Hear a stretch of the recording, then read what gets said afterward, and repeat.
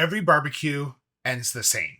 You invite 20, buy for 30, and only 12 show. Now my fridge is a disaster. I've got a mountain of fruit salad, a pile of orphaned hot dog buns. Why is it mathematically impossible to buy the correct number of buns? No, really. For many, this food goes straight into the bin.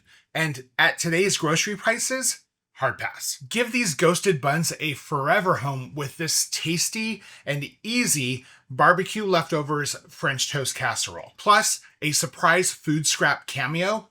Yes.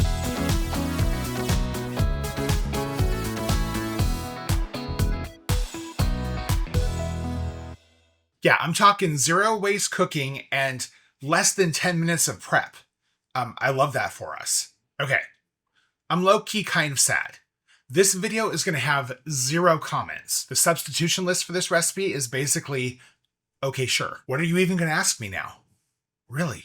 Think about that while you grab a 9x13 pan and preheat your oven to 350 degrees Fahrenheit. First up, we're going to make a spiced brown sugar butter. So in a medium mixing bowl, combine softened butter, brown sugar, ground cinnamon, ground nutmeg, and a pinch of sea salt. You can use white sugar, turbinado, or even coconut sugar for this. For liquid sweeteners like, say, honey or agave, only use a couple tablespoons. Same for the spices. Ground ginger, pumpkin pie spice, so many options. If you don't have sugar or spices on hand, that's okay. Then you only need enough butter to grease the pan. Make the French toast custard by whisking together milk, eggs, white sugar, vanilla extract, sea salt, some ground cinnamon, and some ground nutmeg. Half and half whipping cream and even coffee creamer can work for this custard. Not gonna lie, melted vanilla ice cream can also work. Options. You can sub in liquid sweeteners like honey. You just need to reduce the dairy by a couple of tablespoons. This is a zero waste French toast casserole. You can use hot dog buns, hamburger buns, bagels, naan, flour tortillas, donuts. If it's bread, it's invited. Just check out the video notes for more leftover busting options. Whatever you use, chop it up into cubes. By the way, if you're using thirstier breads like bagels or English muffins, you will need to reduce the amount. There's more in the notes about that too. Then you have your mix-ins like fruit or sweet mix-ins, and are you ready for the cameo? Okay. It's coming. Grapefruit options are berries, bananas, you know where to go for the other options. And if you have a sweet tooth, marshmallows, chocolate, graham crackers, those are also great options. Now, you served watermelon at your barbecue because, well, you're not a monster, right? Right? You can eat the rind. Seriously. And this recipe turns watermelon rind, which is typically binned, into a buttery apple pie filling.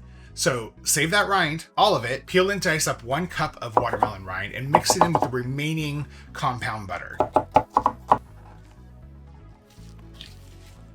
You want to chop and freeze any remaining rind, and you can use it for your future smoothies. Then, start wearing your underwear on the outside because you are officially a food waste superhero. Layer the bread cubes into the pan with the fruit and the sweet mix-ins and the watermelon rind.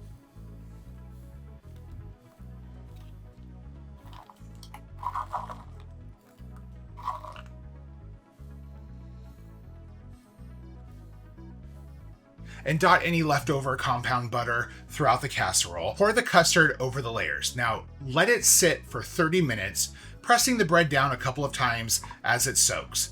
You want the bread to absorb the liquid, but with some visible custard between the pieces. Now, if it looks good, bake it.